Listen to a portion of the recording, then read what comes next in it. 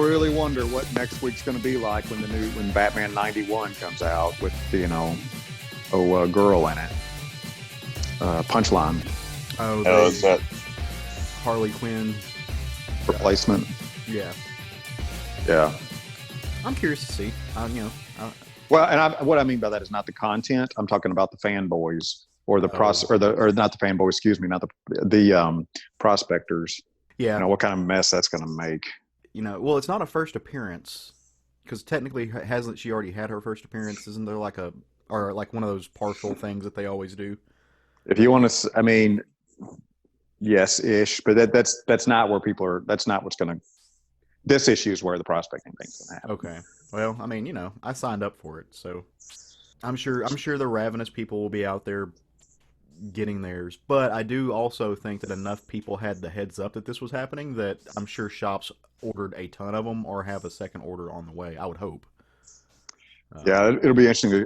It'd be interesting to know what the sales numbers would be, just out of curiosity. They're going to be nuts. Did you guys get the previews catalog? No, I did. You did? See, I didn't get mine. It didn't. I don't know if it didn't come in or what, but the preview came in, but there's no Marvel or DC.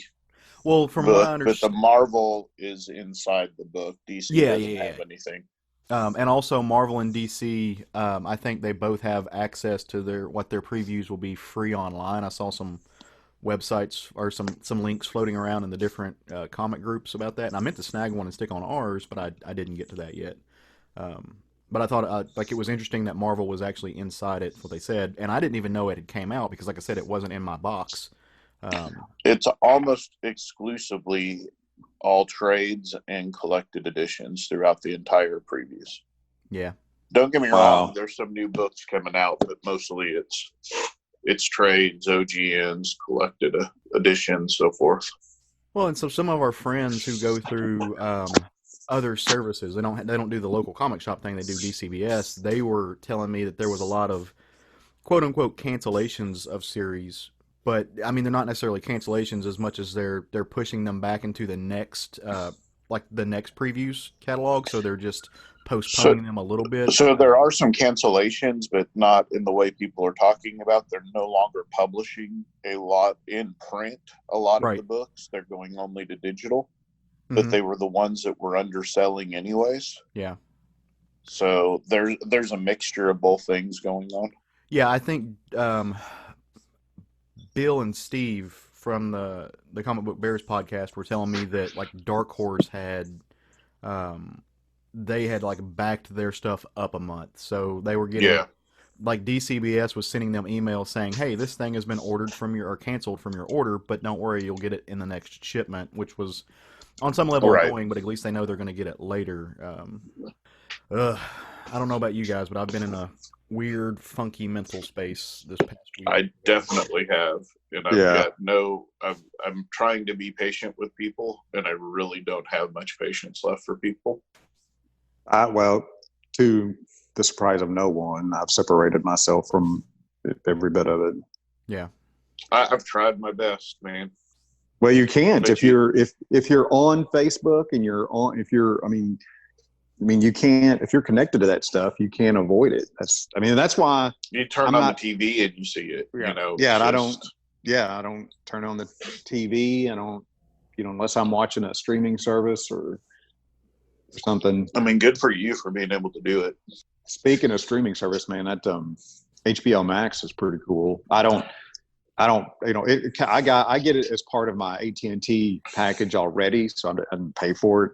Yeah, man, that Primal cartoon is, dude, that thing pulls no punches, man. I've been thinking about getting the HBO Max, but I think, is the DCU stuff on there, or is it only a handful of the DCU stuff? Just some of it. Very little of it, as far as I can tell. Is Harley Quinn on there? No. Well, Doom Patrol is. I'll probably have to hold off on HBO Max, and I just can't see me paying for another streaming service right now. So you have AT&T internet, correct? No. Oh, I thought you did. Okay. I changed it a while back. Well, of course, the big news. The big news is the Snyder Cut's going to be on HBO Max. Yeah. Well, I'll pass on that either way. So you don't think we're obligated to watch that out of our roles? I'm not obligated to watch shit. Bullshit! You're the fuck you aren't. You watched all the Transformer movies and the Saw movies. So yeah, because I bought them. That made me obligated. Yeah, exactly. He's not buying the Max, so he's not obligated to watch it. Do I think I'm obligated? No. Does that mean I will? I don't know. So if I can get it free, I'll watch it. It So sounds if it's on another service, or if I end up getting HBO Max at some point, yes. So sorry, I didn't mean to cut you off, David. Oh no, you're good. It sounds more and more like this isn't the quote unquote Snyder cut. This sounds like a brand new movie. Like it sounds like they're sticking so much in there that it's completely changed. Like they're adding Darkseid in from what people are saying. But that's the I don't understand. That is the Snyder cut though. I mean, supposedly, but if you add that in there, then it becomes a brand new thing. Well, so the whole thing of the Snyder cut No. was that there was already all this other footage Yeah. filmed, and they were they're scheduling $20 million worth of reshoots. Yeah, they're adding 20 million of more things in there. Where I'm saying like they're doing, and it's not going to have the actors that are no longer part of it, but they're adding stuff to it to make it kind of like they're changing the narrative to make it a different thing, which was already hundreds of millions of dollars worth of a film. So I'm torn on this. I'm not saying I'm not going to watch it. I might. I'm not getting HBO Max because I also don't have the DC streaming service, so it's just not something. Unsurprising to you guys, I'm sure.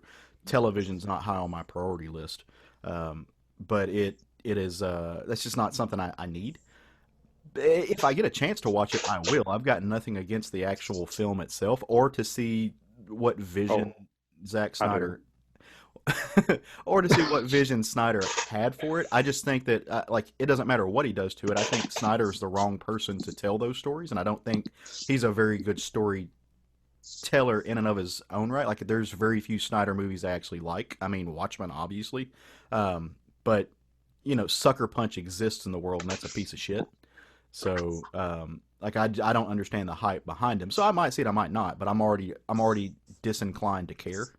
And I think that again, doing this exacerbates a problem of ownership or perceived ownership, entitlement from fan people.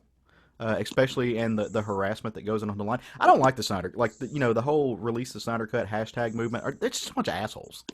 I'm going to use this. I'm sure there's both good people on both sides. I haven't seen it. I've only seen people being kind of pricks about it, so I just kind of don't care. Yeah, I don't know anything about the Snyder Cut fan base. All I know is I'm going to watch it the same reason I watch documentaries about corporate white collar crime. Mm-hmm. Same reason. Yeah, I just God, okay, this. So you said you don't know much about the Snyder Cut people. So literally, no, I'm doing good. I'm fine. Okay, you don't need the explanation. No, I don't. You don't want to be disappointed in humanity. I'm unplugged for a reason. Unplugged for a reason. Well, you know what you're not unplugged from? The Southern Fried Geekery podcast. That's right. You're absolutely plugged into that. And this is episode, what do we got here? 127. Yes, I had it right on my little spreadsheet. This is episode 127 of the Southern Fried Geekery podcast. Welcome, all of y'all, and welcome to my cohorts here. I am Caleb Alexander McKenzie. Matt Trogdon. And I'm Craig Lance. And you know what? It is really good to hear your voices. I agree. I can't wait for us to be together again, but just getting to talk to each other is fantastic. It really is, especially like this week, as I'm not breaking news here. This has been a very tumultuous week. It is a very sad week. It's kind of hard not to be disappointed in the country that I'm from right now. And this is just me talking from my perspective. It's kind of hard to live where we live right now and just not have this pervasive sadness about what's unfolding in the world around us. So I am going to dive into this moment of happiness to get to talk to my buddies, my friends. Saw Craig at the comic book shop on New Comic Book Day this week, and he ran out of there like the place was on fire when I walked in. Oh, yeah. No, I had been there for a few hours already, and I had used up my allotted time to be out in public. So I can it one had up. nothing to do with you. I can one up Craig on this one, Matt. You know what I did this week? What'd you do? I got to the comic shop right as they walked into the to like one of the neighboring businesses. They were going to go down there to pick up an order, and I left right before they walked out of that business. Apparently. Wait a minute. What? So I We walked went down into to the Mexican restaurant, and Caleb walked into the store. As we walked out of the Mexican restaurant, Caleb left Kapow. So yeah, as soon as I walked into Kapow, Tony's like, "Oh, hey, they just went down there for a second. You should go stop by and say hi." And I'm like, I should. And then Roger called me, and he had to work that night, but the dogs had woken him up during the day. So I was like, shit, I gotta bounce. And so I ran out of there, and I called Craig to explain why I didn't see him, and he's like, "Oh, well, we just walked out." I was like, "Yeah, perfect timing. Fuck you." We're all avoiding each other, is what it sounds like. And I'm just avoiding the world. Pretty much. Craig has done his part to avoid. I just told my story of avoiding. But if you really want to see some peak, chef kiss avoidance, you can come see the Facebook page that Matt avoids, like the plague. And if you go to Facebook, you type in the search bar Southern Fried Geekery Podcast, we will pop up, and you can find 2/3 of us there. We are always enjoying the company and companionship of our listeners, you folks who are listening at home who have great things to say. And if you have a message for Matt, we will share it with him. Yeah, absolutely. I will forward that to him. I haven't gotten to do much reading this week. How about you guys? You guys getting much read? I did get quite a bit read. Nice. I read the books that I purchased this week, and I'm also reading a prose book as well. But mostly what I've read has been based around my new job I'm training for. So I've read a ton this week. 90% of it was job related, right, and less interesting to our audience. All of you people with your law and your medical stuff that requires reading outside of comic books, I just don't get it. Yes, you do. 'Cause you're better off. You read blueprints more than you read anything. So I don't. I look at blueprints. I am. You're probably not wrong. I'm excited for many reasons today. We are not. COVID disrupted everything. It disrupted the way that we live our lives. It disrupted the world. It actually disrupted the way we do our podcast. And that disruption is going to stick around for just a little bit. Like if you listen to the show before, we did our short stacks first. We would kind of tell you 3 things that we're reading, and then we'd roll into a round table and we'd all do it, and then we'd move on from there. We're still not quite ready to start back doing those short stacks yet. We're going to get there. I didn't think we were. I thought we weren't. No, we're not. Yeah, I didn't think so. We talked about this. New books came out this week. Why can't we do a short stack? Matt doesn't pay attention. Right? But as long as we had 3, we could talk about it. Yeah, but I mean, right now, I think those 3 would largely overlap anyway. So we're gonna hold off for a little bit. I don't like it. Says the chaos guy. Matt woke up in a whole new world this morning. All right. But what we are going to do to kind of step us towards normalcy is we are going to get back into doing a roundtable book, which we kind of postponed because, no new books, then no new roundtable book. Like, there's no way to really do that. And so we'd gotten away from it, but we are starting that back today. And I'm super excited about this. But I did not, I've got like the synopsis prepared, but I'm not the one who selected this book. Matt did. I want Matt to tell people what we're going to read, or what we did read, and what we're going to talk about, and kind of why he wanted to do this book.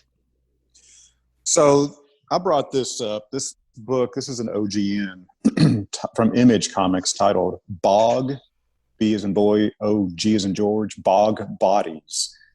And this was written by Declan Shalvey and illustrated by Gavin Fullerton.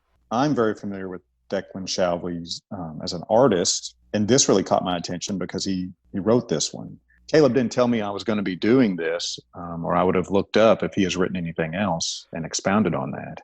So he has. So one of the things you had mentioned, kind of when you suggested this, because we have our little group text behind the scenes, Don't give away the surprise. magic. Hey, look, trade secrets, brother. That one's for free. But you can take our professional course for a low donation.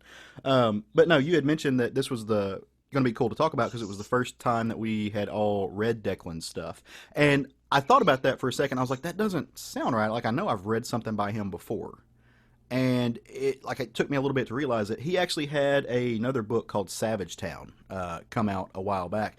And as I was sitting there thinking about it, and it was a little bit different. It had some similar things to the book that we just read, but this is actually his second foray into the writing department of the story. Who published Savage Town? I would have to look that up, but I can. I just looked it up. 2017, Savage Town. Yeah, so this one's, Savage Town was based in Ireland as well, because this BOG Bodies is based totally in Ireland. And as far as I can tell, the creative team is by and large Dubliners. Mm-hmm. I look through the credits in the back. Looks like, Declan, being a Dubliner, got together with a lot of his creative buddies in creating this. Largely the artistic team, because Gavin Fullerton, who does the pencils and the inks, and then Rebecca Nalty, who is the colorist. They're both from Ireland, from everything that I understand. I don't know that Clayton Cowles is who did the letters, because that dude just he letters everything. I don't understand how he has time to move around or eat, because he kind of letters him and two other people letter every other book. Now he's in upstate New York. A lettering machine. And then Heather Antos, I thought it was interesting. That's probably how he does it, with a lettering machine. Maybe. Heather Antos was the editor on this book, and I thought that was interesting because they've worked together at Marvel before, and she's also one of the I think she's not the editor-in-chief, but she's one of the main editors at Valiant now. She's doing a lot of work there. So I just thought it was interesting that she, especially with a creator-owned book, because you don't see creator-owned books having an editor a lot of times anymore. Sometimes they may just list an editor, somebody who checks for spelling errors, but I know Heather is always more involved in her products than that. So I'm curious to see what she actually did with this. But I know with a lot of books that get kickstarted, and some of your Image books now, there kind of is no editor. So I just thought that was an interesting point of note that she had edited this book. Her and her milkshakes. What? Yeah, he's referencing another one of those things you won't know about because you don't believe in the internet. So are you not familiar with the Heather Antos milkshake debacle? Oh, yeah. It's basically what launched the hate group. Yeah. Yeah, that's right. Something like that. Yes, I mean, that is unimportant in the shadow of BOG Bodies. So BOG Bodies, for those of you who have not read it yet, number one, you needs to. What you waiting on? Yeah. Go do's it. But so BOG Bodies is the story of this kid named Killian. Killian is a kind of young, dumb, slacker, stoner type dude in Ireland. He sits around and plays video games in his underwear. He doesn't have a lot going on. One of the things he does have going on, though, he is doing some low-level part-time work for some Irish gangsters.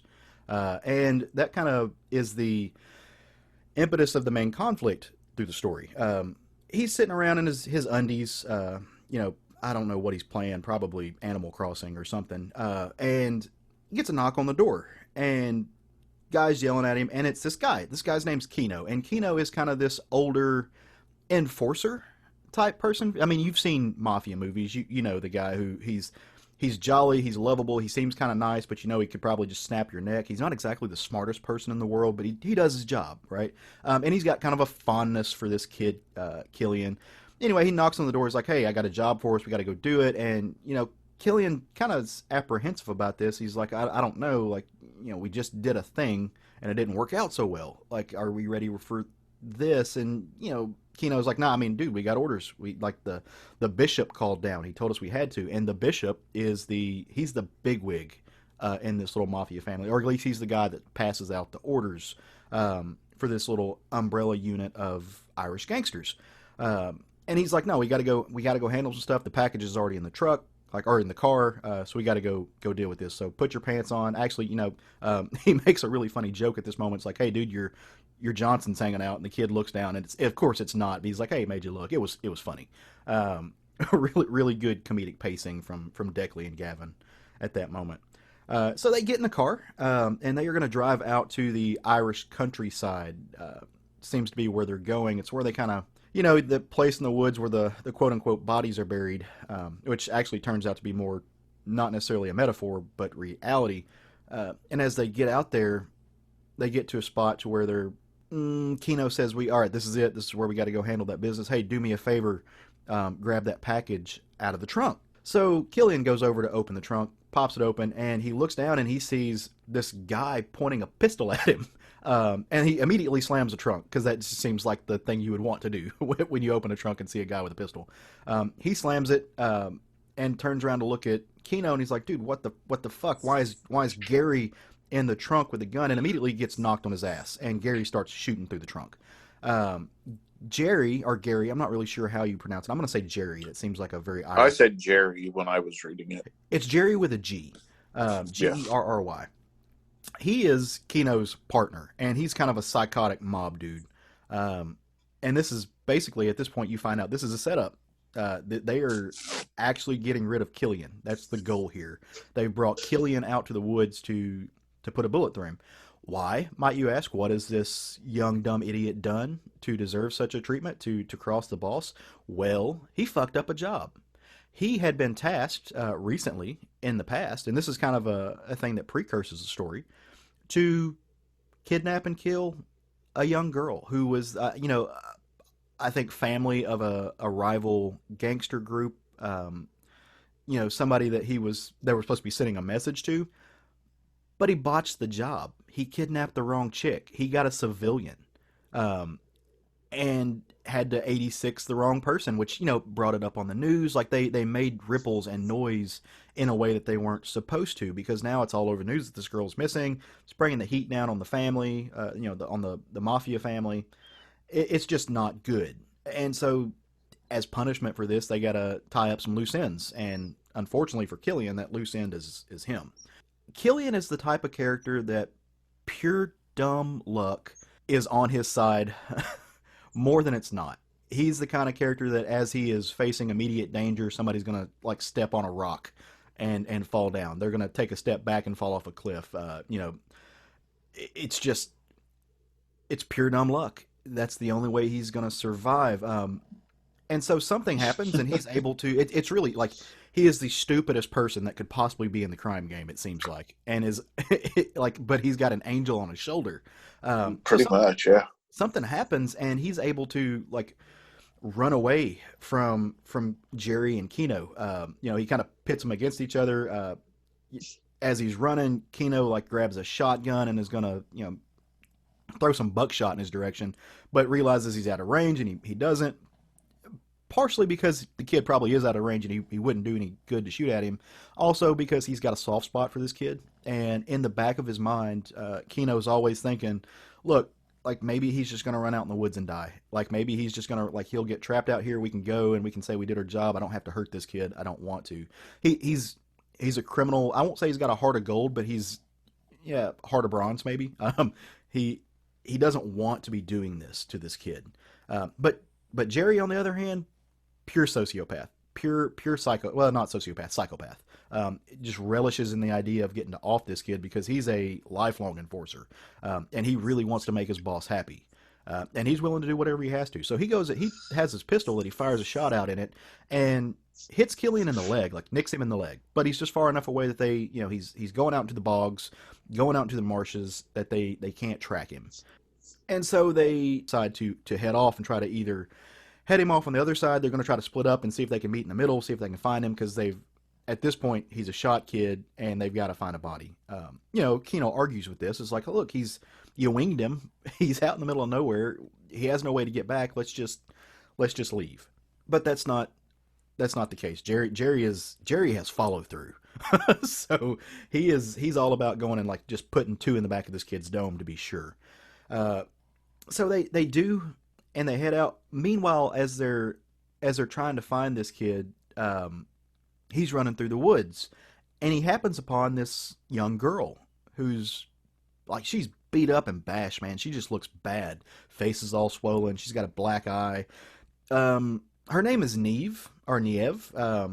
She's kind of amnesic. She doesn't really know what happened, how she got there, because this is not like she doesn't understand how she woke up in the woods, and she certainly doesn't understand why this kid with a shot leg is out there talking to her. She thinks that he might be trying to assault her or something, but he, pure dumb luck and a little bit of street smarts is able to convince her, hey, like, I'm hurt out here in the woods and lost. You're hurt out here in the woods and lost. Let's try to get out of this situation together.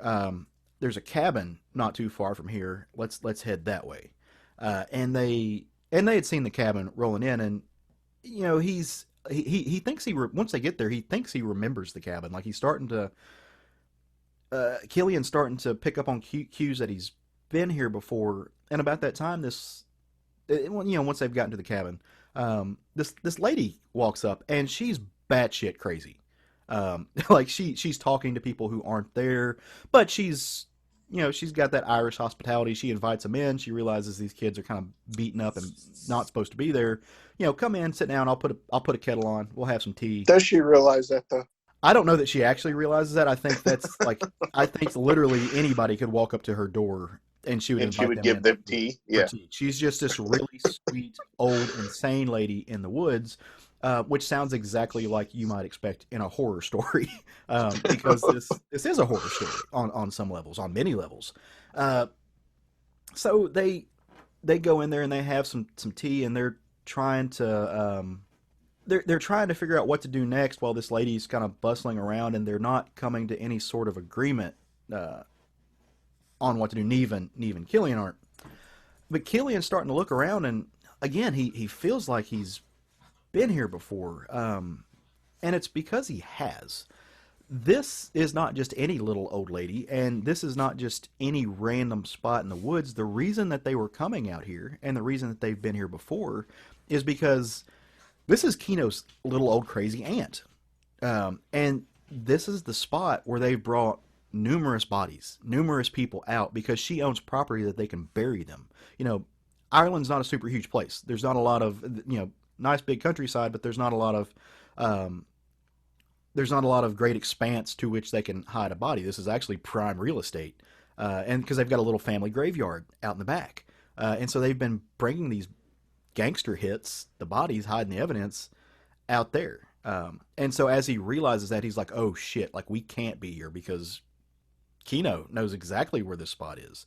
Like, they're gonna be coming." And lo and behold, they do. And they have to scramble to get out. The girl goes one way, Killian goes another. They're both trying to hide. And about this time, jumping back over to Jerry, he gets a phone call, and it's the bishop. And the bishop is like, "Hey, you got this wrapped up yet?" And he's like, "No, he got away because Kino is an idiot. And but I'm going to wrap this up." And, you can't hear the boss's voice, but you can pretty much tell from what the boss is saying is like, "Look, I don't give a shit if you got to kill Kino too. Like, y'all are botching this situation. Somebody's about to die. Like if you don't fix this, you're dead too. So you need to wrap this up." And so he tries to. But this is where the story switches over and gets to a place where it's not necessarily just a crime story, where it's not a mob story. It gets a supernatural bent to it. Because the aunt is, she's been talking to people who weren't there the whole time, like, that you can't see. But that's not necessarily the case. The aunt is talking to ghosts. And the ghost, I don't want to ruin the story for anybody, but the ghosts play a pivotal role in wrapping up this story and in putting the characters in a position to where they, it's not going to end well for them, for anybody. Ends better for some than most, to say the least. Yeah. But whoa, I don't know what that was. But yeah, I'm not sure what it was either. Something on my computer just started talking, so sorry about that. Craig turned the volume on his Pornhub. No. But yeah, so that's always off. As they get out of this, you find out that things are not what they seem with all of these folks. And I want to leave it there because really fun story, and the supernatural twist at the end of it makes it fun. But I'm curious, did you guys like the story? What did you guys Oh, I think? loved the story even Love the story? leading up to the end, and then Yeah. the end just made it better for me. Yeah. Okay. But yeah, it was really good. I really liked the story. I think it was a fun read. I think I liked Savage Town better from a writing style. Like as far, and again, that's just saying purely the factor of enjoyment because Savage Town was kind of more just strictly a crime story, and I tend to, and I think it had some better beats. There were moments in this as I was reading it, like where Killian and Neve are walking through the woods. There's like 3 pages of that. I thought it could have been reduced to like 1 page. I thought there was some time where he was just, for reasons good or bad, he was spacing the story out to kind of build some tension there. I don't necessarily think that for me, those particular moments worked the way that they were intended to. I thought he could have just kind of gotten on with it. That being said, once I got to the end of the story, once I started realizing, once the ghosts came into play, I was like that completely made up for any of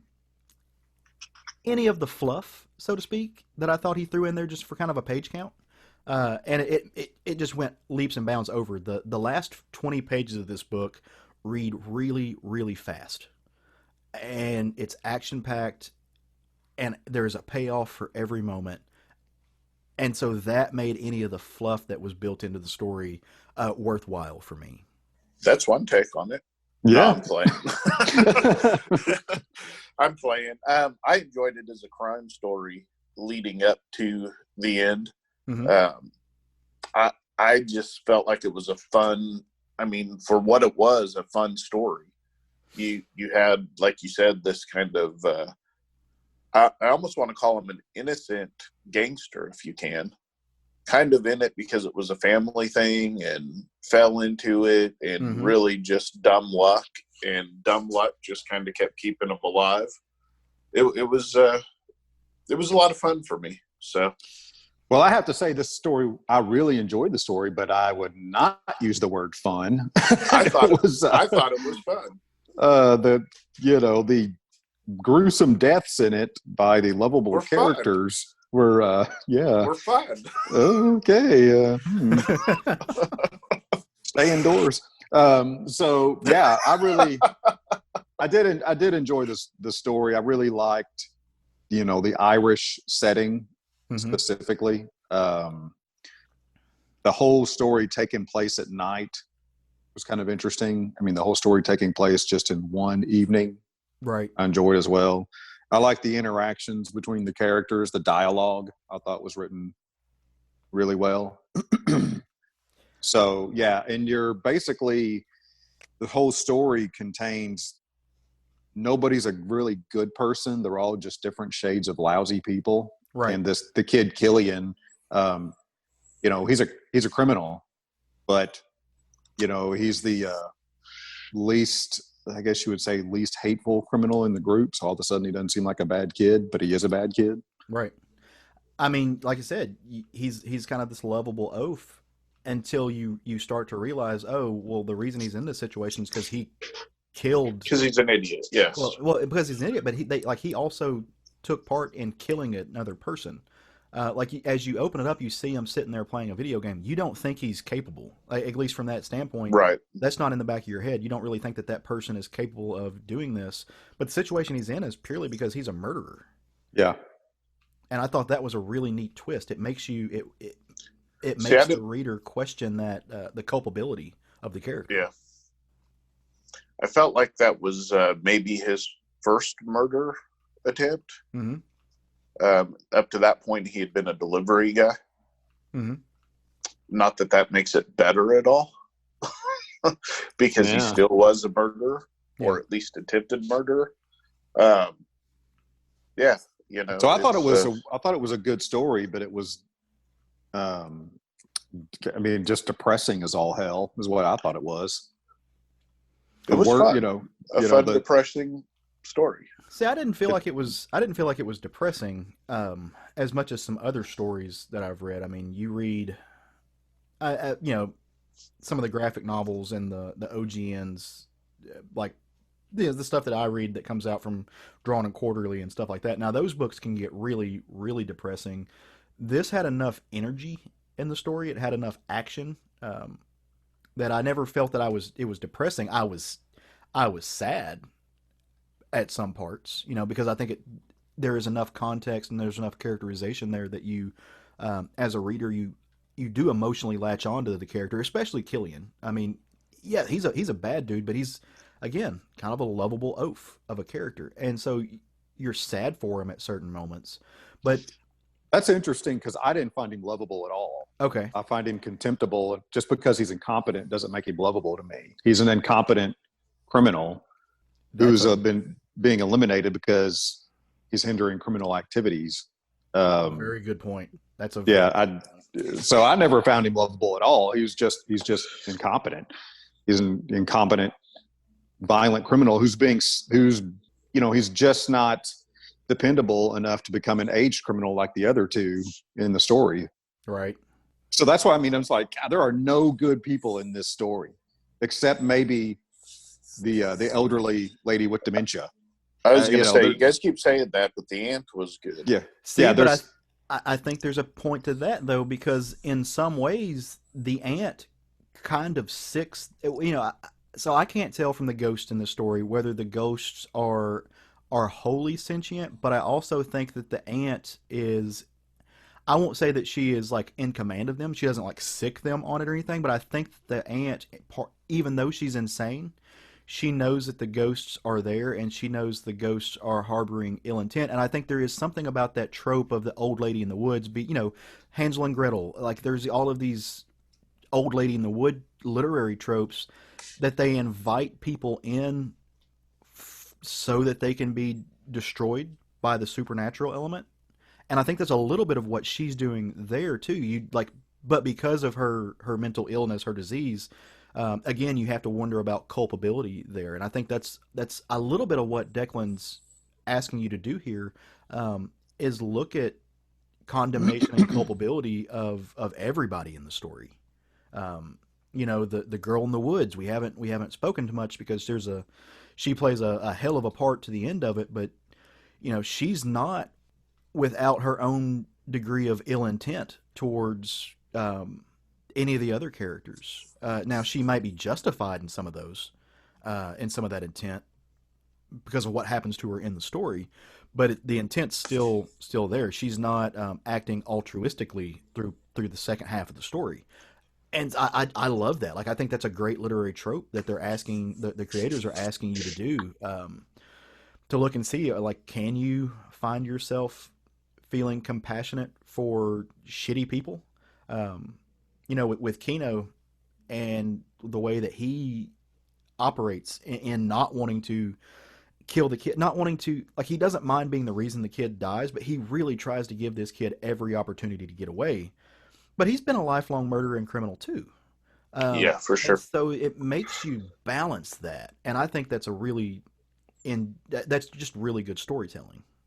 Well, I mean, it's not unlike watching a mafia film, right? Mm-hmm. Where you're watching like The Godfather, and they're really all despicable people, but that doesn't mean you don't pull for Michael Corleone.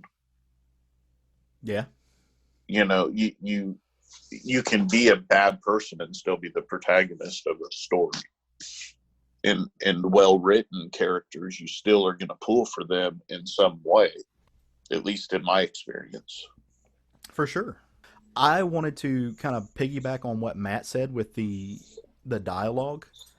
So much of this story is written in very colloquial Irish brogue. I think it's brogue. And as somebody who's not Irish at all, they use some language and some phrasing on here that I've never heard before. But I personally didn't have any trouble like using the context of the situations to figure out exactly what they were meaning. I don't know. Did you guys have that? No, I had no trouble following at all. Yeah, at all. Yeah, none at all. I mean, you can pick it up contextually within the story without any problem. It was fun seeing that the usage of that language, because a lot of times with stories that they want you to read the character in an accent, especially when it's like in one book, they'll they'll put the accent in the first part of the story to kind of plant that seed, but they don't necessarily carry it throughout. There's been a ton of stories like that. I thought it was great that, and mainly because everybody's speaking in the same tone, and it's for that audience. I thought it was great that they carried that language, that those colloquial Irishisms throughout the story. It really bugs me when writers do not do that. Yeah, it does me as well. It drives me crazy for them to. It just seems lazy for them not take the initiative to write dialogue as a character would actually speak it. And you read that, you read that all the time, and I'm just like, oh, jeez. So when you do see it done thoroughly, it's nice. For sure. It's like when you watch a movie and you've got somebody mimicking an accent, but it goes in and out throughout the movie. Very similar. And that happens a lot of times in comic books where it's written by somebody that's maybe not of that. The one that jumps out to me is whoever is writing the Marvel character Rogue. If I read anything with Rogue in it and she doesn't have that Southern drawl, I'm like, you lazy asshole. That's all I can think when I'm reading it. It takes me out of the story completely. Looking at you, Excalibur. Yeah, if your sugar doesn't have an AH on the end of it, yeah. Same thing with, and again, in the same book, same Gambit. Gambit having just standard English dialogue. Fuck yourself as a writer. Right. You need to be taken off that title. Yep. If you can't write them with a Southern accent, you shouldn't be writing them. I mean, it's asinine, and even more than Southern and New French. Orleans. Yeah, it's got there's a French twin, which is always something that I found interesting. Because Remy, and we're getting off topic from Bog Bodies here, but I think it's a fun thing to talk about. Yeah, Remy's fluent in French. Like that dude, he speaks Cajun. I've always found interesting, and this isn't necessarily a value judgment, that people will write him with a French accent, but I haven't read too many comics where he will actually go off and like blather something in French. And I know people from New Orleans. I know these coon-ass Cajuns that live out in rural south swampy Louisiana. And as you're talking to them, it's almost like, something similar that you would see up in, parts of Canada. They will just launch into French. Like they will blend it. And I really haven't seen many comics written that way with Gambit, to where he's always written in English with a French accent, mainly because your audience speaks English. But I would love it if somebody would actually lean into the more French side of his culture and just start having him cuss somebody out in French. Like if he were to cuss Wolverine out in French and Wolverine's like, "What'd you say?" and he lies, that would be hilarious to me. I mean, the chances that Wolverine actually know French are pretty high, though. Yeah, they are true. Actually. Yeah, because he's Canadian. Being a Canadian and being around as long as he's been. Go back and watch the '90s X-Men cartoon, and you see him getting onto Wolverine in some Cajun French. That's hilarious. I haven't gone back and watched that. I'm telling you, the writing in the first 3 seasons of that are a hell of a lot stronger than you would assume. Nice. At some point, we're going to have to break that down and talk about our favorite arcs from that show. But that means at some point I will have to finish that show. Are all the seasons on the Marvel? Yeah, all of them are on, but I definitely don't need to, and I don't recommend you watch all of them. I don't think I've seen past season 3 of it. That's probably best. Yeah. So one thing we haven't really spoken about here, we've talked a lot about the work that Declan's doing. We haven't really spoken a lot about the artwork in this book. And I want to get back to that because I think it's gorgeous. For those of you who are not familiar with the style that you're going to get from Gavin Fullerton and from Rebecca Nalty, if you read a lot of Vault comics, you're going to see a lot of this style in Vault comics. This feels like a book that could have very easily been sat at home with the same company that put out a book like The Plot. It's kind of got that same cartoonish style. It's not cartoonish in the way that Sean Phillips is cartoonish. It's got its own little flair, and I more so think the landscaping in this works. Like I like the landscapes in this style way better than I like people in the style, but it's very rooted in that style. It's a very beautiful example of that because you see these broad countrysides, but even to that point, there's, and I don't Wait, know that, I want to back up a sec. Did you say Sean Phillips is cartoonish? I think, Yeah, I think Sean Phillips has got a cartoonish style. He's not going for No. photorealism. No. Carry on. No, what, We made our no, point. Carry on. No, what would you? He's not going for photorealism. What would you call his style? I wouldn't call it cartoony. Cartoonish, no. Okay, what would you call it though? I would call it symbolic realism art. It's not photorealistic, but most comic books are not that. Yeah. Mm-hmm. There's a difference between what he does and what I would consider cartoonish. Not to go off on another tangent, but you know, I would consider his to be realism. Maybe not photorealistic. But No, it's not photorealism, but it's realism. No, when I look at Sean Phillips' work, I see a lot of the same stuff that Eduardo Risso does. Like, especially, oh wow, you take get the some color glasses. So Bog Bodies. No, son. His lines aren't as angular, but he's doing a lot of the same, like, blending, shading. He uses a lot of the same color work as Eduardo Risso does. There's a lot of that, and that's why they work. Both of those people work so well in crime element stories. They have very similar styles. They're not carbon copies of each other, but there's definitely some of that same element. Yeah, it like paper and ink and those elements. Okay. So Bog Bodies, I like the art too. Eye of the beholder. Yeah, it sure I love is. The art in this book. And I also said that it wasn't that Bog Bodies is not cartoonish in the same brand as that. Like, I'm not trying to make a comparison to the work in this book to Sean Phillips. But for sure, I was making a distinction, not a comparison. But yeah, so like a lot of it is the same stuff you'll see in Vault, that same style. I think it works really well for a book that that deserves a lot of obfuscation.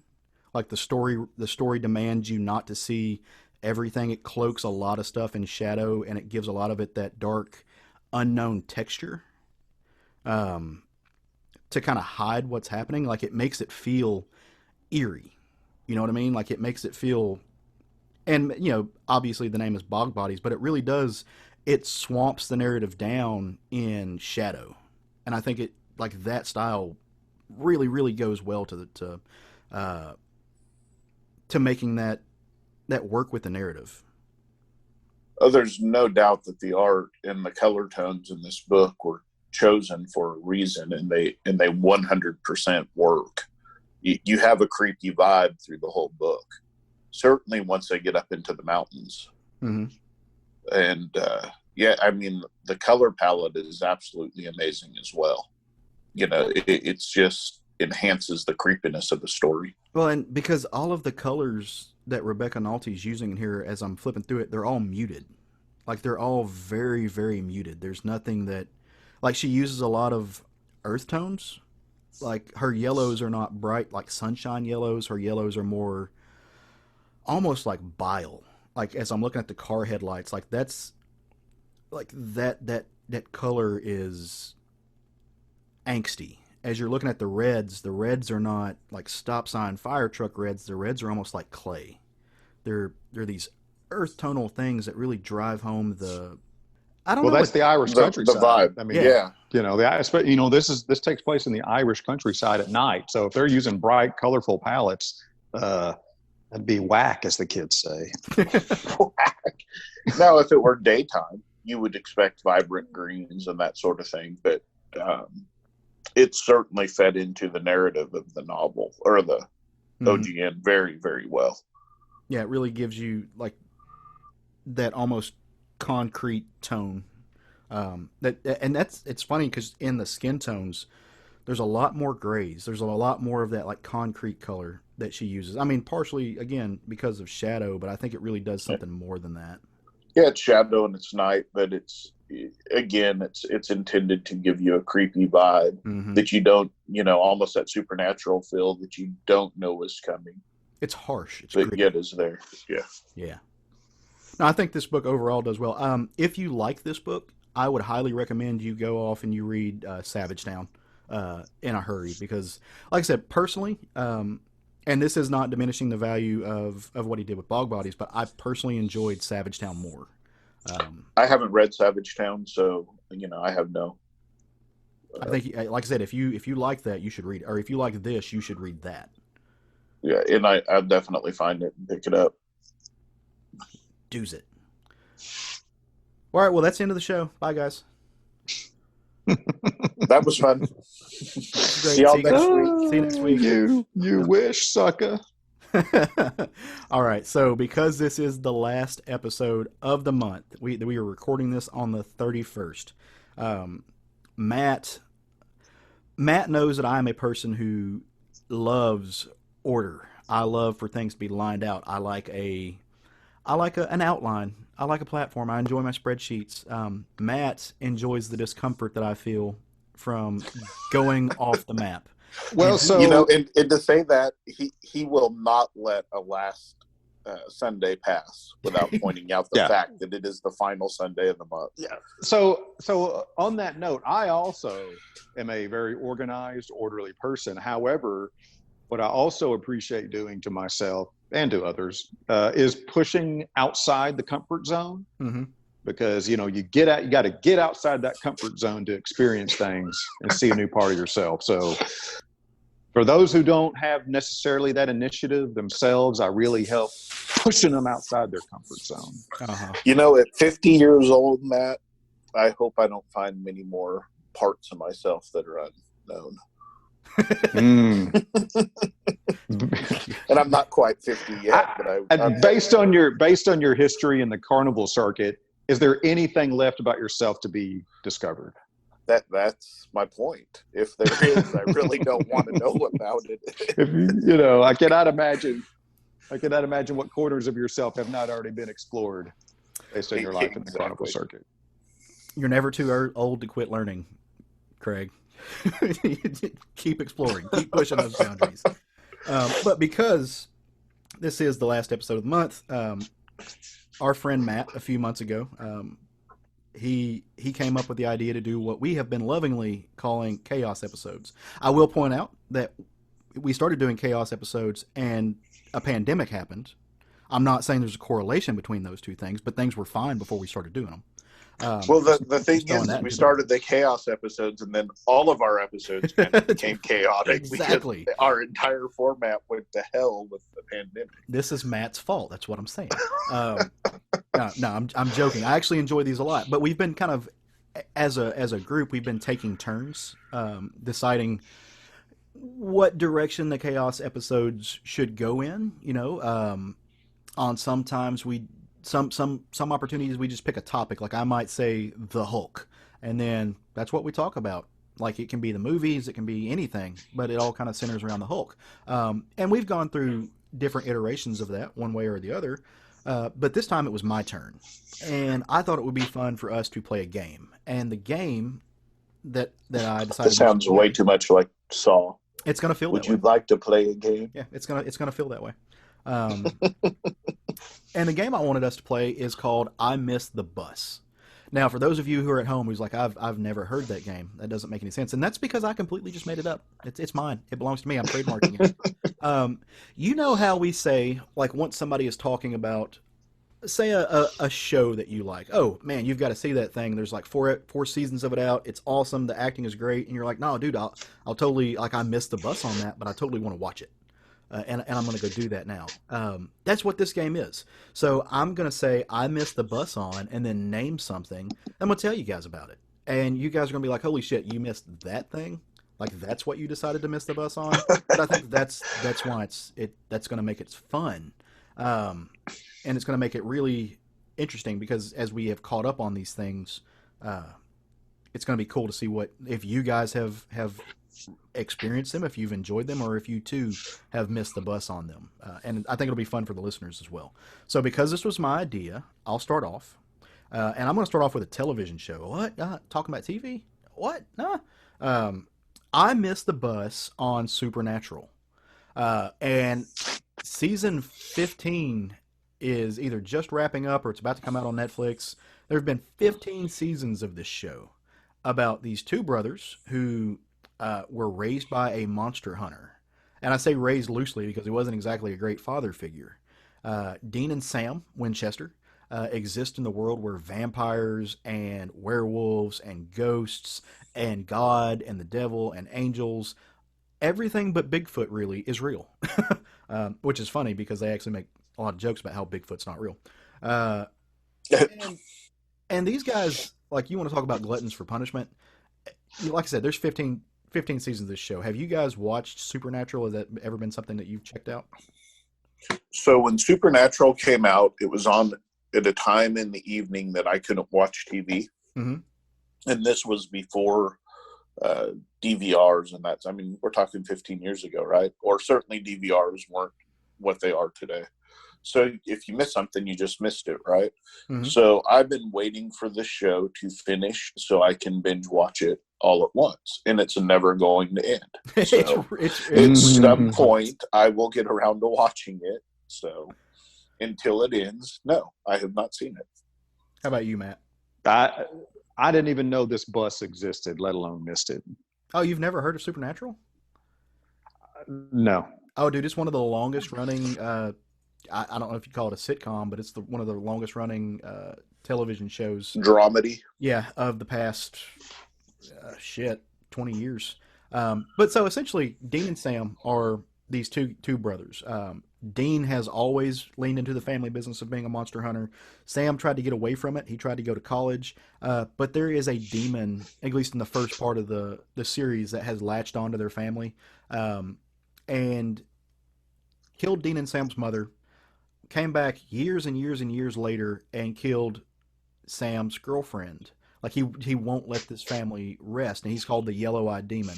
And he really takes priority through the first 3 seasons. I think I've been binge watching it. Those things kind of blend together.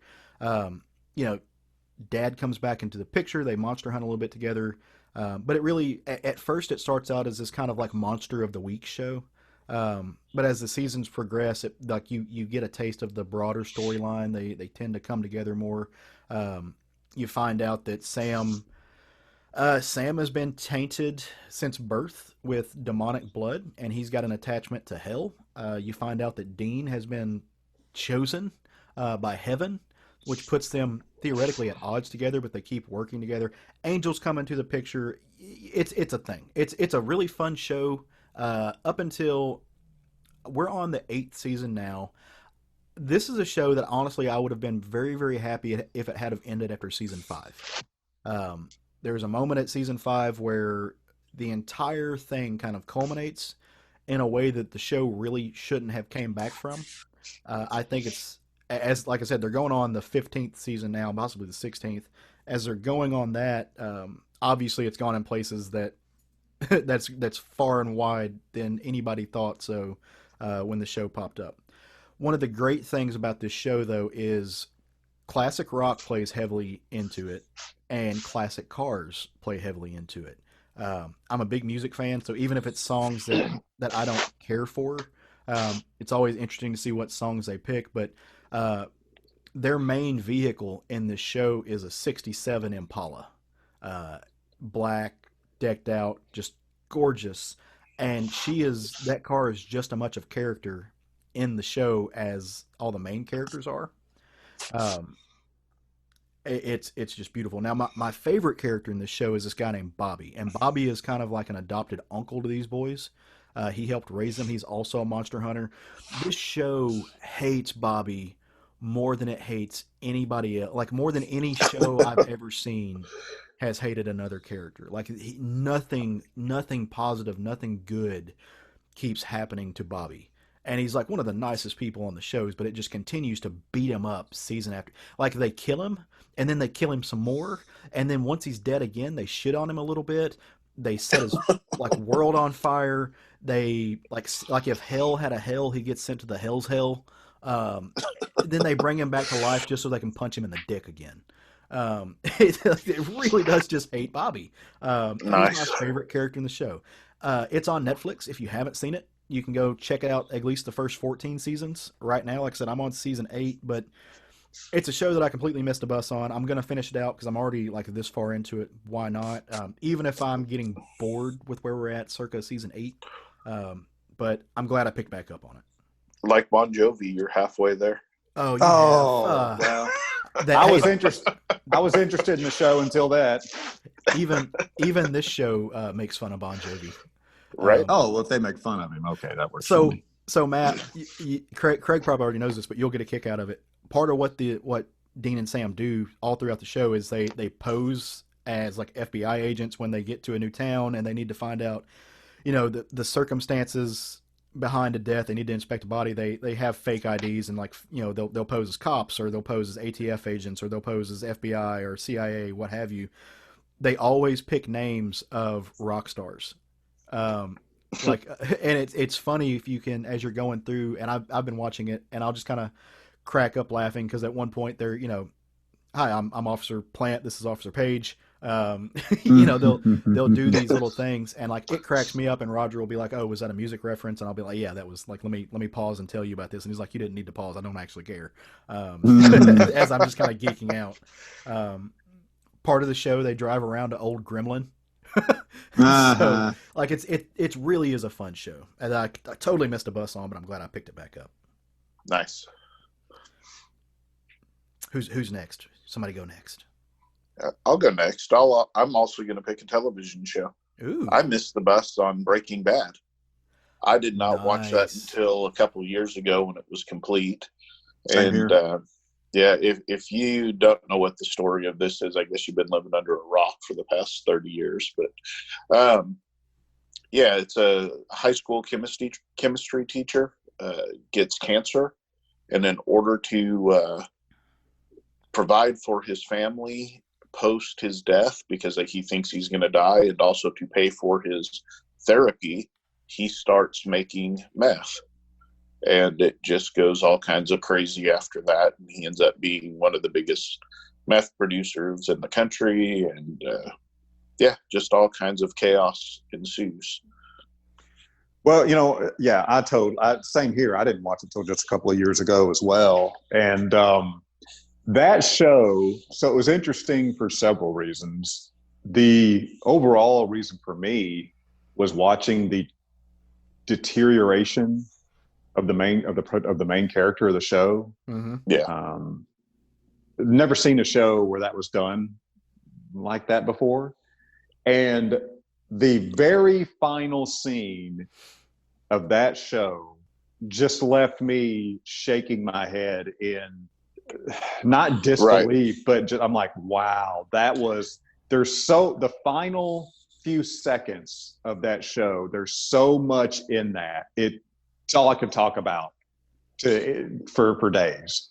Yeah. Yeah. And this is a show that, other than one of the main characters, and that's the teenage son, and the second being the baby that doesn't really have a part, no one in this show has redeeming values. Oh, it's not just one like, of them. Yeah, kind of like what we talked about in Bog Bodies.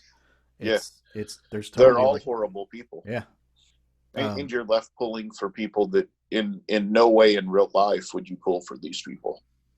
Yeah, it was something. I'll admit, it lost me for a couple of seasons, and I almost quit. I was binge watching it as I was traveling a lot for work, so I'd just pull it up on my iPad and in the hotel room. And right. there were a couple of seasons specifically that my interest level really declined. But I was just compelled to see what in the hell happened to this character at the end of this story, because it didn't disappoint you, right? No, it was the ending was amazing. The ending.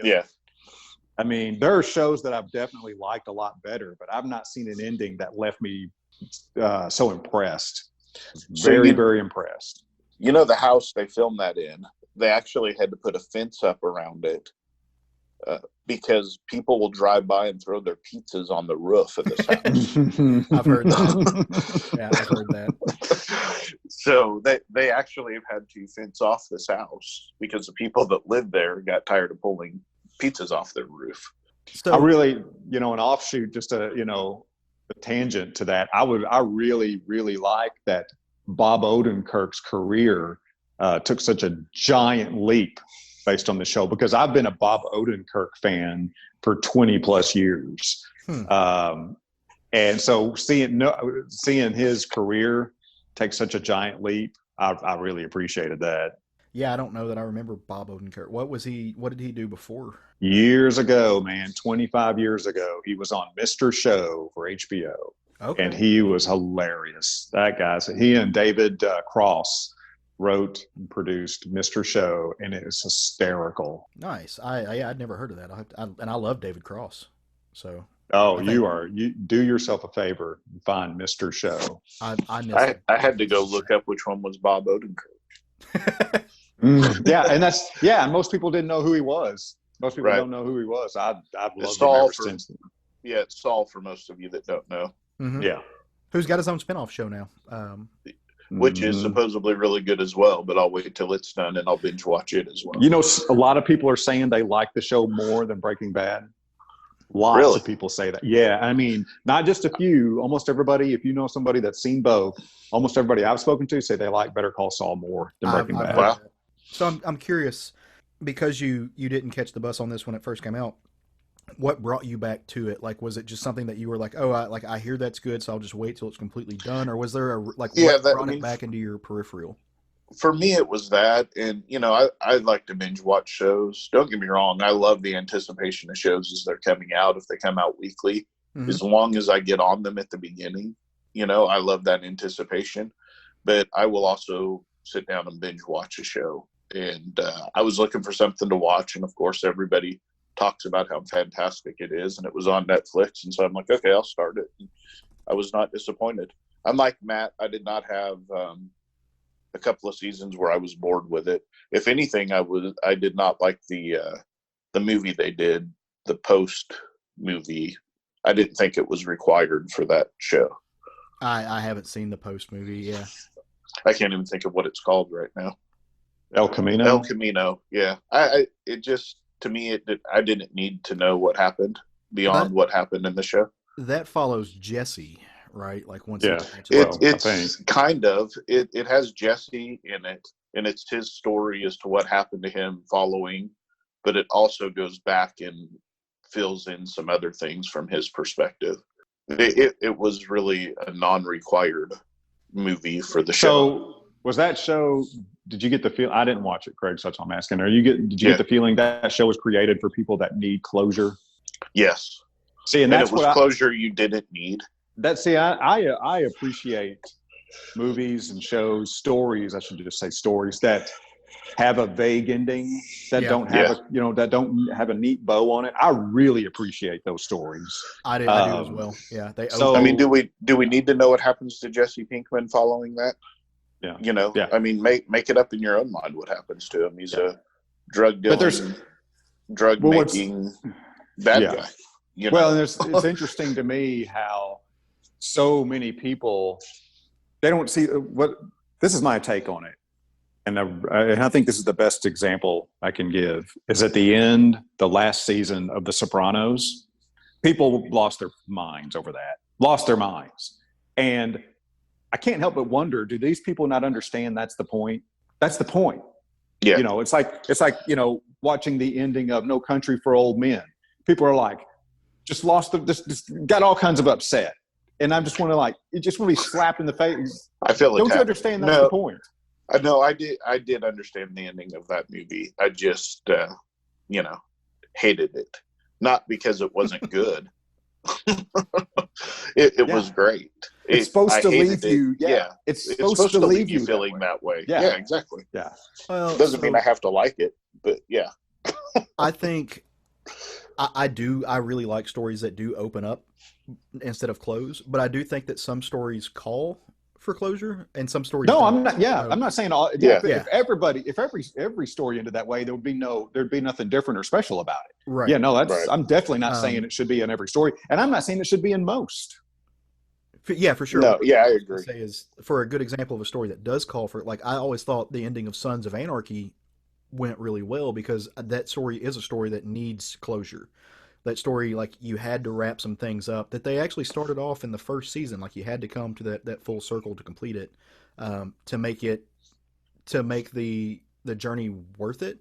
But with a show like Breaking Bad, I didn't need it. Now I've heard people who absolutely hated hated the end of Sopranos, and I've never actually watched it. So I haven't watched Sopranos either. Yeah, I just know the end of the zeitgeist. So wait a minute. Both of you have not watched the show Sopranos. I've not finished the season. That is correct. I haven't watched any of it.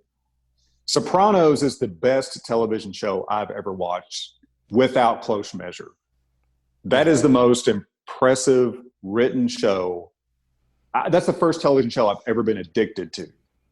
Huh. I was amazed by that show. I think Mad Men is probably that holds that category for me. But what I was going to say is, even though I haven't seen that, Dexter is a good story of a show that they tried to bring closure to that didn't need it. The last season of Dexter is pure garbage. It is pure unmitigated garbage.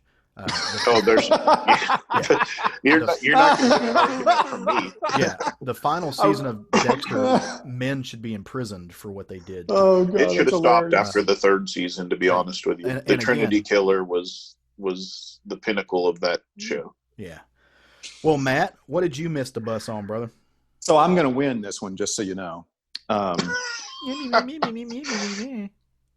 win because I was years and years behind the Marvel Cinematic Universe. I did not watch any of the Marvel Cinematic Universe movies until Civil War came out. I didn't watch them. Really? Well, let me rephrase that. Let me say a little different. I didn't watch any of them in the theater until Civil War came out. Iron Man hit the scene.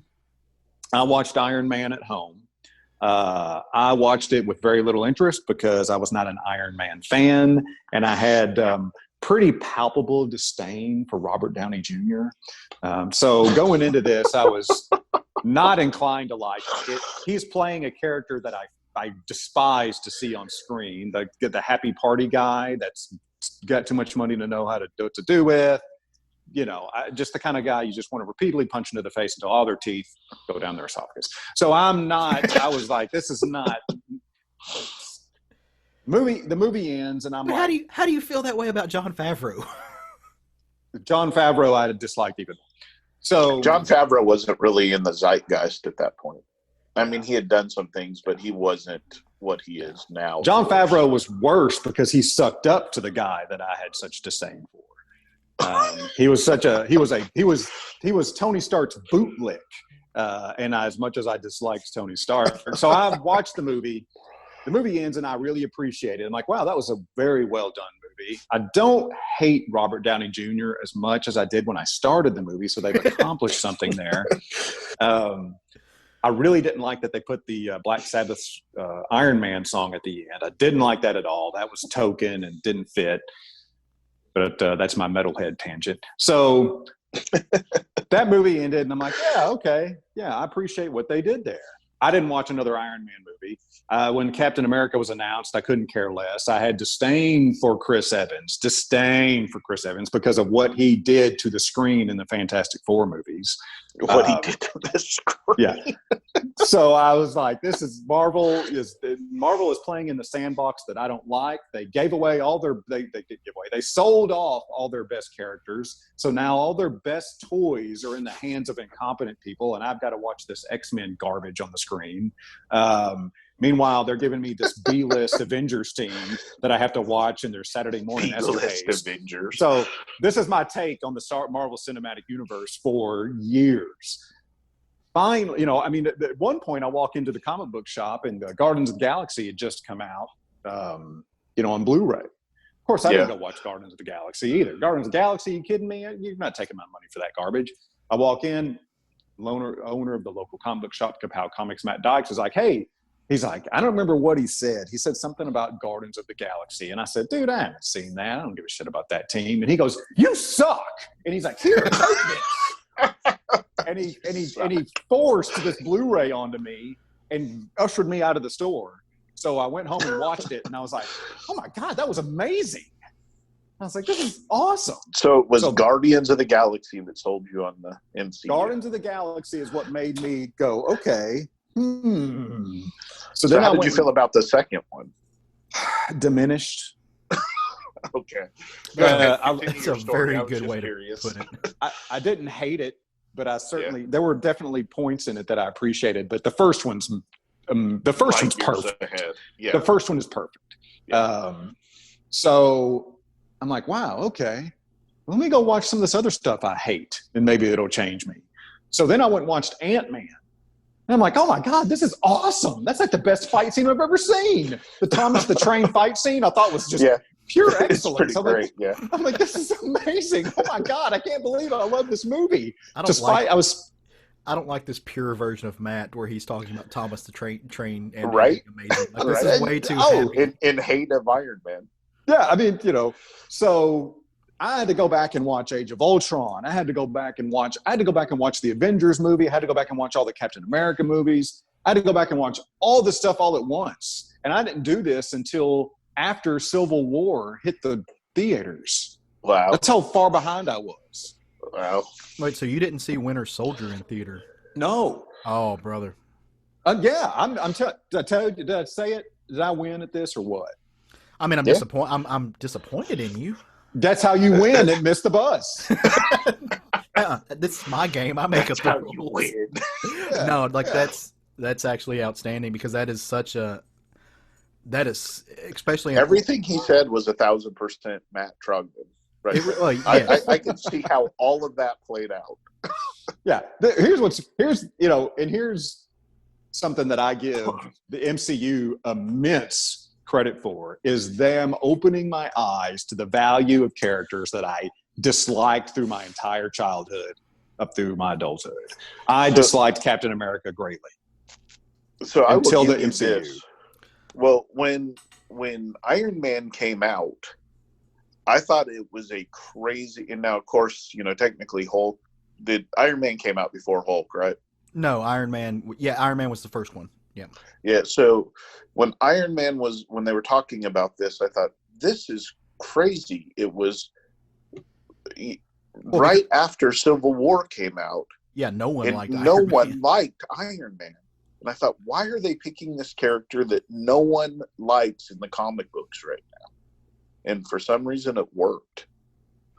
Can we get back to the part where Matt said that there was a B-level Avengers team? and said that this particular group was that B level. What is the everything? Everything is a step down from the X-Men. Well, these are the facts. I'm not going to argue with you there. I'm not going to argue with him on that. But I'm not either. There's no point in arguing with wrong people. Oh, please! Oh my gosh! Yeah, Don't. When the whole time I was growing up, I was full on X-Men kid. Don't waste my time with the guy with the wings on his hat. Don't waste my time with that. Now, I've always loved Thor, but I'm assuming you're talking about Captain America. Wings on the hat. Thor, Captain America, whichever you like. Gotcha. Okay. And I was pissed off as well that this Avengers, this B-level book had to bring the Hulk into it to get anybody interested in it. I'm like, they're robbing this character of what it is by sticking it on to these losers. Fucking started the group.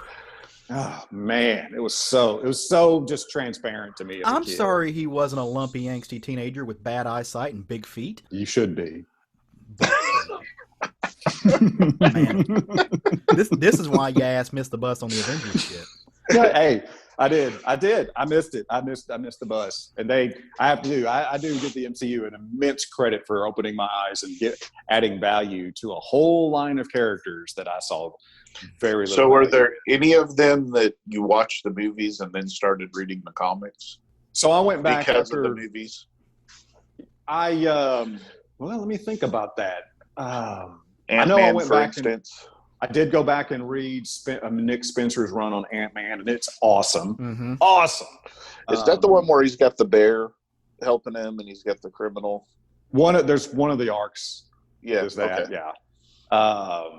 So I love the Nick Spencer Ant-Man run. I went back and read some of Brubaker's Captain America stuff.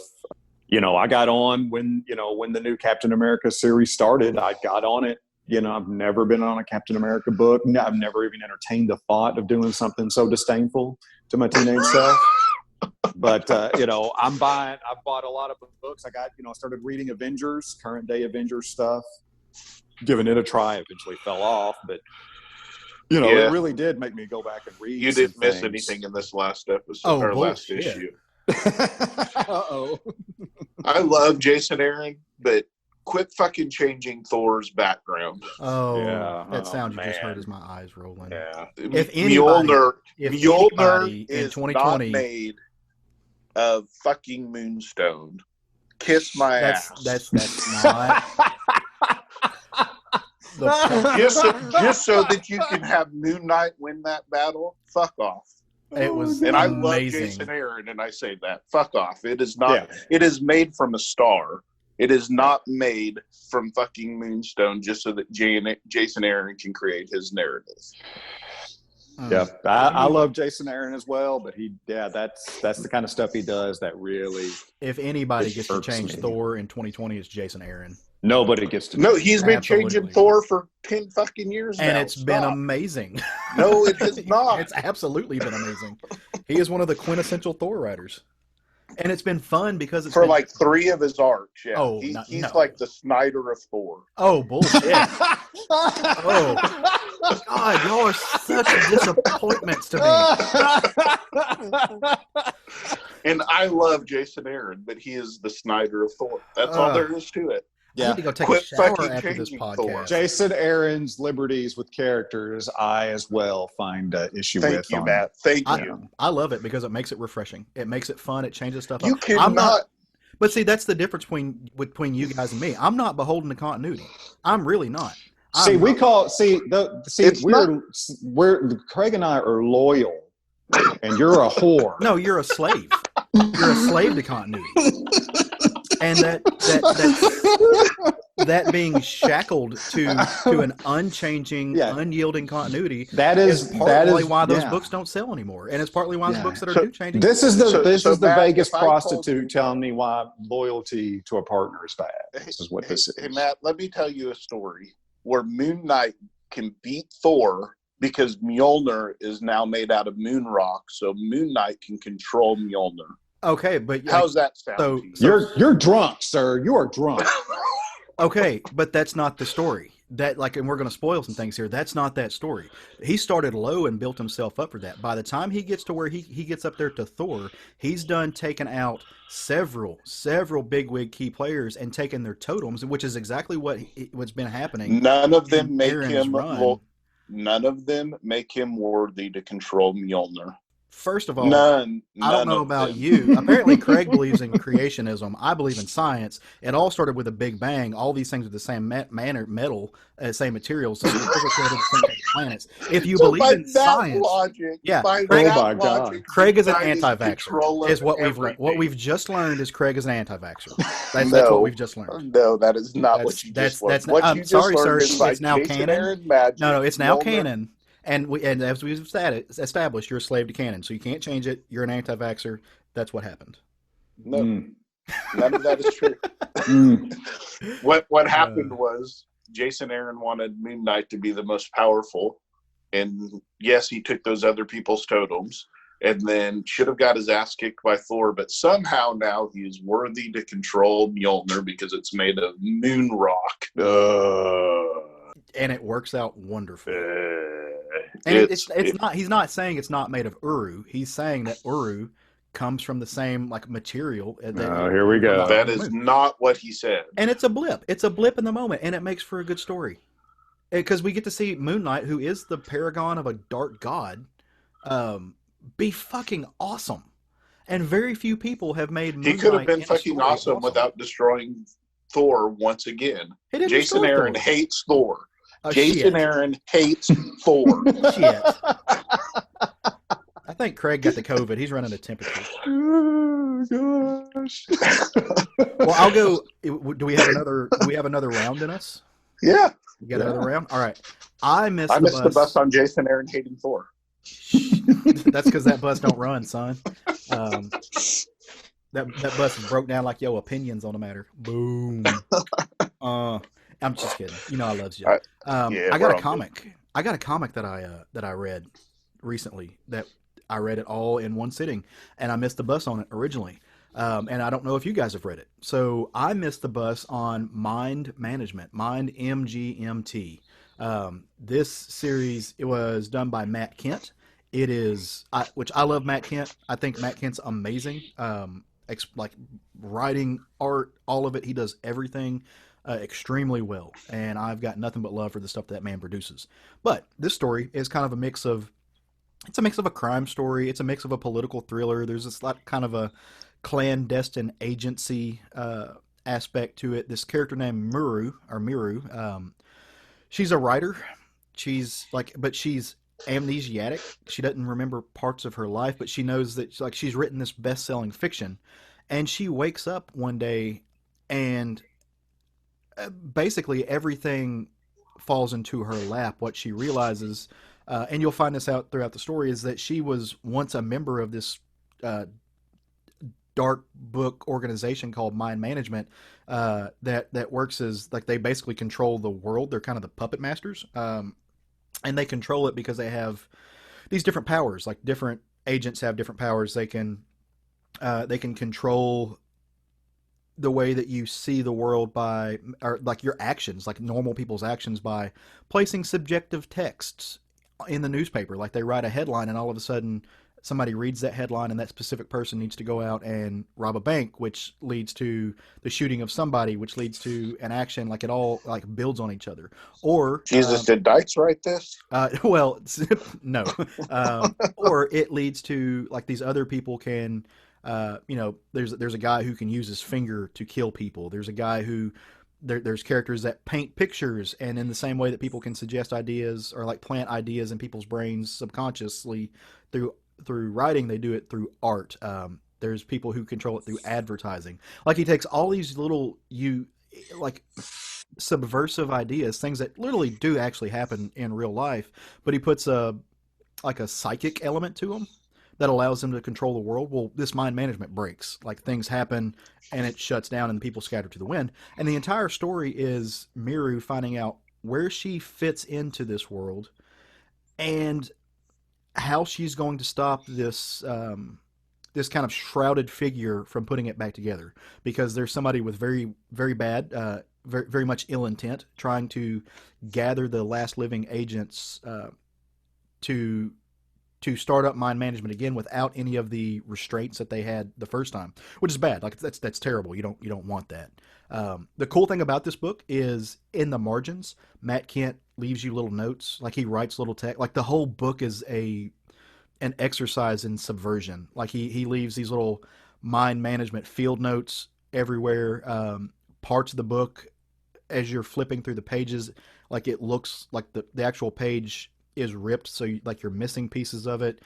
In certain scenes, he starts zooming out from the page that you're looking at, like in real life in your hands, and he zooms out, and what you realize is this is a person reading a comic, like reading the same comic, so it adds like this metatextual layer to it.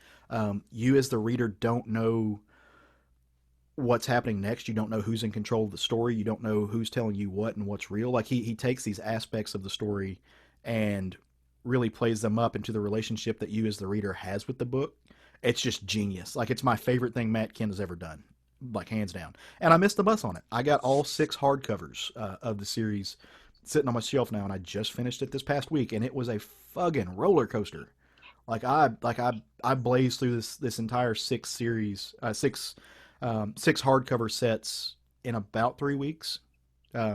It's insane. Have you guys read this? I have not. Oh no. So have either one of y'all on this missed the bus thing, is there anything that really jumps out at you that you feel like everybody around you has missed the bus on? And if you could, you would force feed it to these people so that they could appreciate it as much as you do? It sounds like a no. No, I mean, so I'm thinking.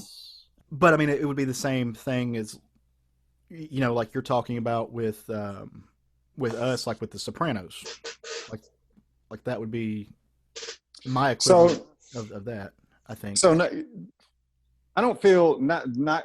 So The Sopranos, definitely, I think everybody needs to watch. It's an incredible story. But So two things in our little world that jump out to me on this topic that I'm like, you people. The Superman animated series that came out after the Batman animated series. Nobody watched that but me, I think. Because every time I bring it up, people are like, who, what, no, what?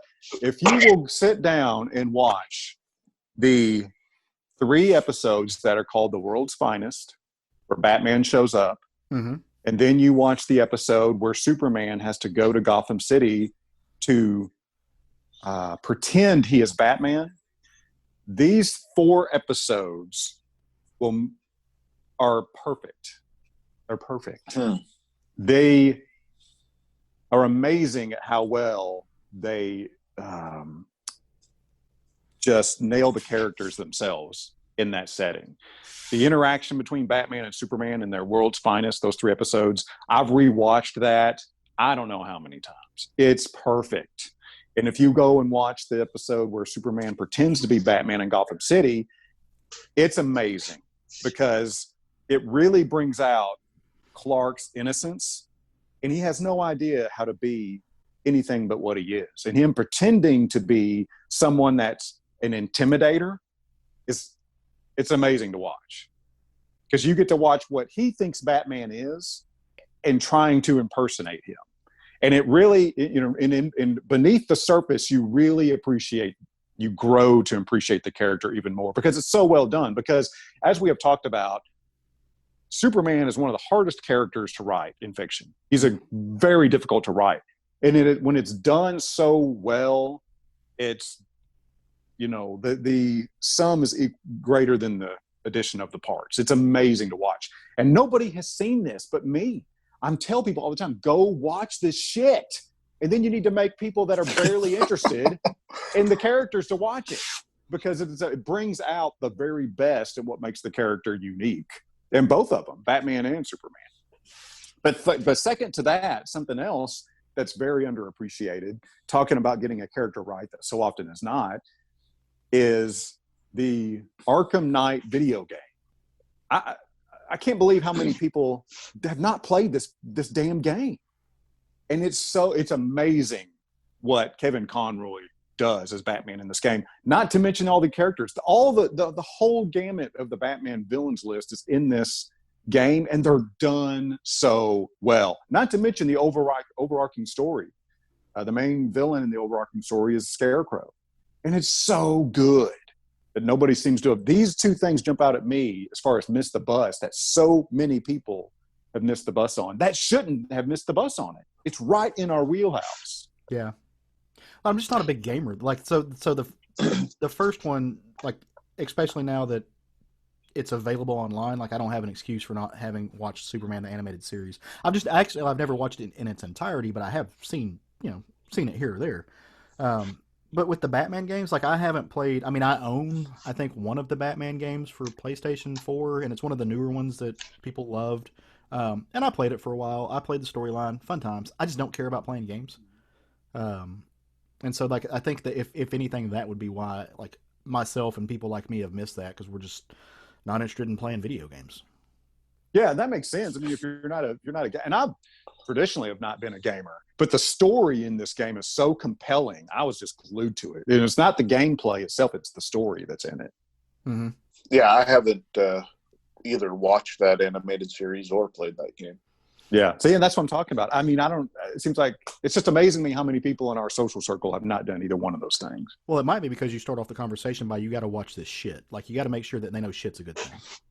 Yeah, I mean, I'm just, I've had this conversation with people so many times. It's just like, it's futility. It's futility at this point. They're just, they're going to watch the entire fucking Saw series. They're going to watch the entire fucking Transformer movies, but they won't sit down and watch I feel attacked today. 22-minute episodes that'll brighten their world. You've never told me about these before today. Oh my God, I have so many times, and that's the problem. It doesn't stick. It doesn't stick because your mind is cluttered with Michael Bay movies. I can't argue that. I mean, I can't. There's no argument to that. Well, I'm Craig, going to answer Matt's question. Mm-hmm. I would say mine is a comic book, and it's Next Wave Agents of Hate. It absolutely surprises me how many people haven't read this. Yes. It was written by Warren Ellis and Stuart Immonen. Mm-hmm. Yep. And it's absolutely one of the funniest superhero comics I've ever read. And it's fantastic, and everybody should read it. It's got my girl Monica in it. Yeah, it's got Dirk Anger, Elsa Bloodstone, the Captain, Monica Rambeau, Tabitha Smith, and Aaron Stack. Aaron Stack goes through the entire comic book calling everyone meat bags. It's hilarious. So yeah, that's the answer to that question for you. As far as other things that I missed the bus on, I was going to talk about Sandman, but I only missed the bus on that because I wasn't reading comics at the time it came out. I pretty much read it almost immediately after I got back into comics. Mouse is the one that I would say that I probably neglected even after getting back into comics. Mm-hmm. And of course, that's by Art Spiegelman. And I purposefully stayed away from this comic because I wasn't interested. I mean, yes, the material is historic and it's something we all need to be aware of, but it's something that I feel like has been done over and over.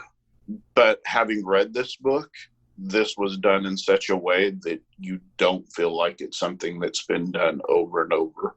It's a true story of a family that survives the Holocaust, or partially as a family survives the Holocaust, and the horrors and atrocities that they see while they're there. And everyone should read it. When I first started reading it, I thought similar in the same vein as The Pianist, that movie. Mm-hmm. But it goes off in its own direction, as you would expect, because people had different stories to tell in that time. You know, everybody's experience was similar but different. And this one is done so well, and there's a reason why it's the first and only comic to this point to win a Pulitzer Prize. So fun fact, I actually read that again this past week because you had reminded me of it when you reread it. Not too right. So I actually sat down and read, which I've read it before. I've had it, I've owned this book right. for a long time. When it comes to literary works, I mean, you mentioned a film, but when it comes to literary work, I think this is, and I say this arguably because, of course, it's arguably. Everything is arguable. It's one of the most important pieces of literature about the Holocaust, second only to maybe Anne Frank's diary. I was going to say, you put those two together and you've got a pretty clear picture. Because it is still giving, like, this is a retelling of Art Spiegelman's father's experience. That's right. And that's why I say it's second only to Anne Frank's, because Anne Frank was a first-hand accounting. Like, that's right. She was there and seeing it. Art Spiegelman is telling the story of what his father saw. So there's a one-person removed aspect from that. And so that's why I would say it's second only. And I'm not by any means pitting those two books against each other. It's not a competition. Exactly. They both have their incredibly importance. Yes. Yeah. And it's a book that, like you said, there's no good time to read it. No. It's very much pulling off a Band-Aid, even if it's a reread. But it's something that you need to reread it every once in a while. Yes. And I hate supporting The Pianist, the movie, because of who directed it. Yeah.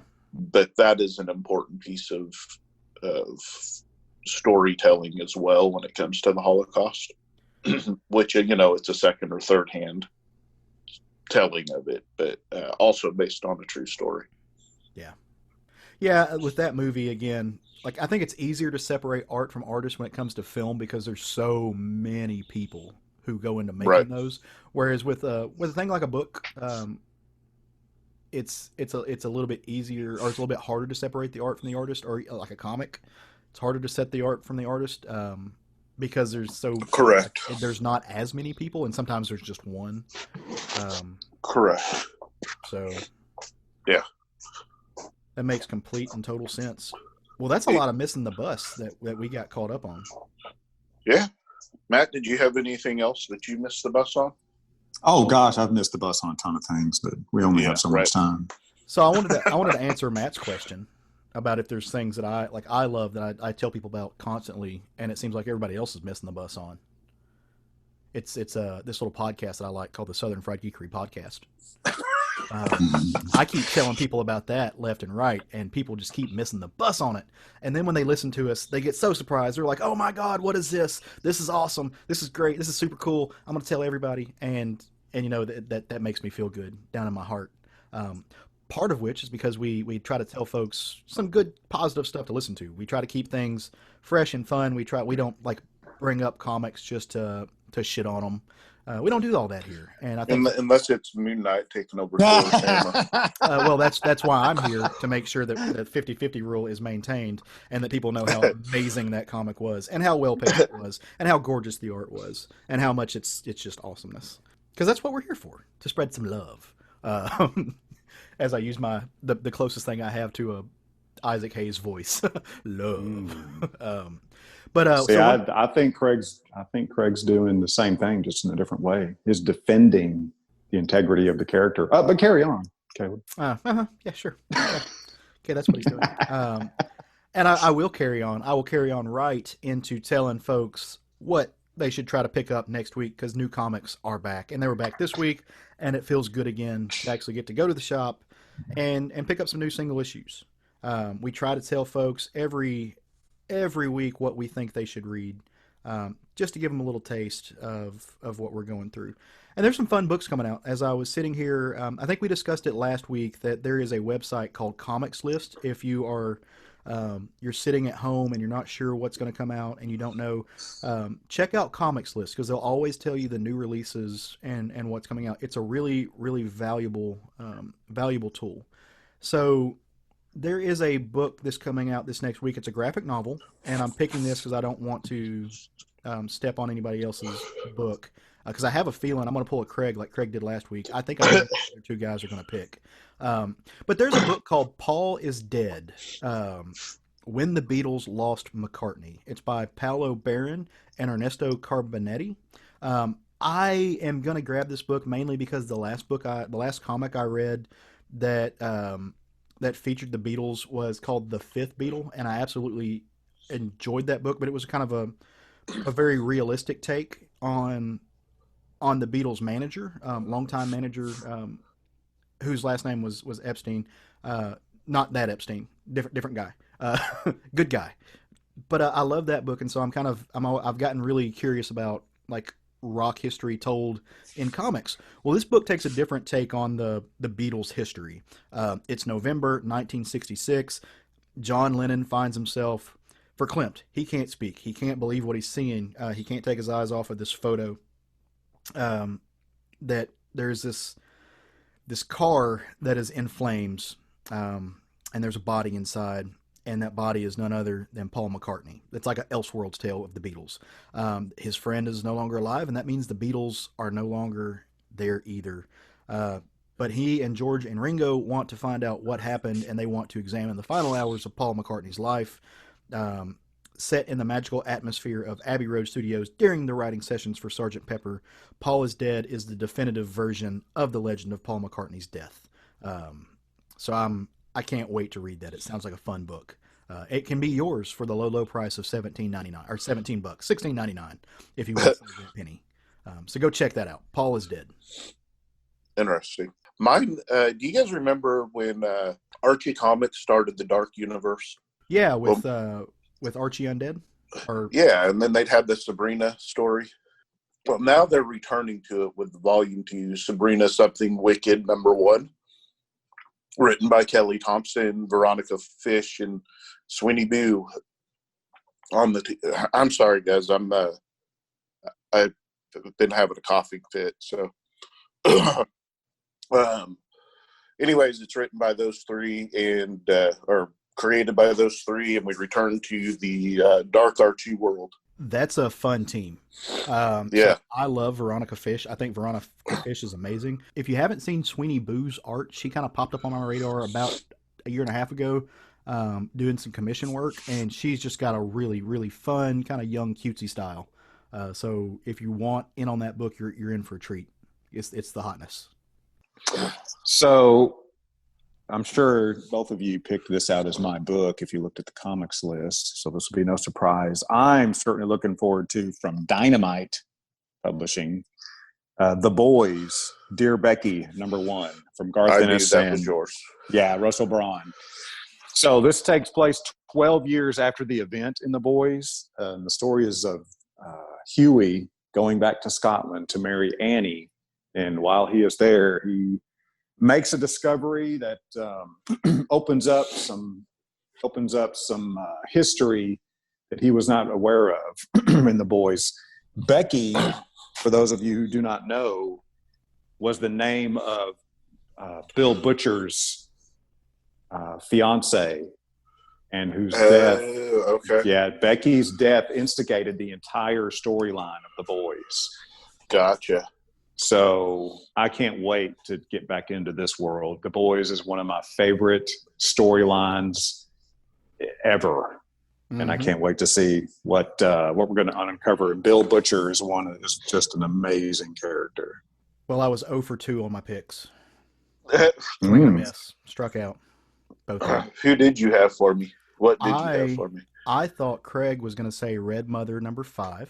I think #5. The next Red Mother book is coming out this week from Mr. Jim, who is a friend of ours. And I would have bet good money, and I would have lost good money, that one Mr. Matt Trogdon was going to check out Reaver #8. I'm checking it out. Yeah. Oh, I know you are, but I thought that was what you were going to pick. So I didn't pick either one of those. But I lost. I lost that bet. Don't go to Vegas. It happens sometimes. I can't. I'm not Craig. I don't pick him like he does. Sure don't. But yeah, so go check out all of those. And in saying that, I want to thank each and every one of you, all y'all's out there listening to us, for taking time. I know you're busy. I know it's a weird, scary world right now. There are other things you could be doing. But you took time out of your day to listen to this little podcast that we put on for you guys and for us. But we love it. We have a great time doing it. If you want to do us a solid, you should head over to wherever you download your podcasts at. And if it has a place to do it, leave us a little, a rating, a review. I know iTunes does it that way. Throw a few stars up there. Let us know how we're doing. It not only helps us kind of self-regulate what's going on, how we're managing the show, but it also lets the algorithms know that we're being listened to and liked. So maybe they suggest us to a few more people, which is always fun. We'd love to grow an audience. And when that audience grows, that audience should 1017.5% head over to our Facebook group, where we are constantly there chit-chatting. Like I said at the beginning of the show, go to Facebook, type in Southern Fried Geekery in our little search box. We'll pop up. You'll find us. You'll get to know us. Well, not Matt. He's not there. He doesn't like you like we do. But one of the places you can find all of us, and even Matt, is on the Twitters, and we're at SFG Podcast on there. We're also at SFG Podcast on Instagram if you want to see little frames, pictures of what we're reading. We try to post them on there. If you got any questions, comments, concerns, maybe you're a comics guy who's trying to make a new book and you want to know if you can send us a copy. Fire that sucker over to southernfriedgeekery@gmail.com so we can talk to you about it, and we would love to. But guys, you got anything else we want to throw in there? No, I was just going to follow up on what you were saying. If you're a comic creator and want us to talk about it, we would love to. I always enjoy that. It's a lot of fun. It really is a lot of fun. So, if there's nothing further, it is, by the time you're listening to this, unless you're just fast on the draw, it's going to be a brand new month. It's going to be June. Let's make June better than May. Let's make it a better month than it was. Let's see if we can be better people tomorrow than we were today, as always. And if nothing else, go forth, love some comics. Woo!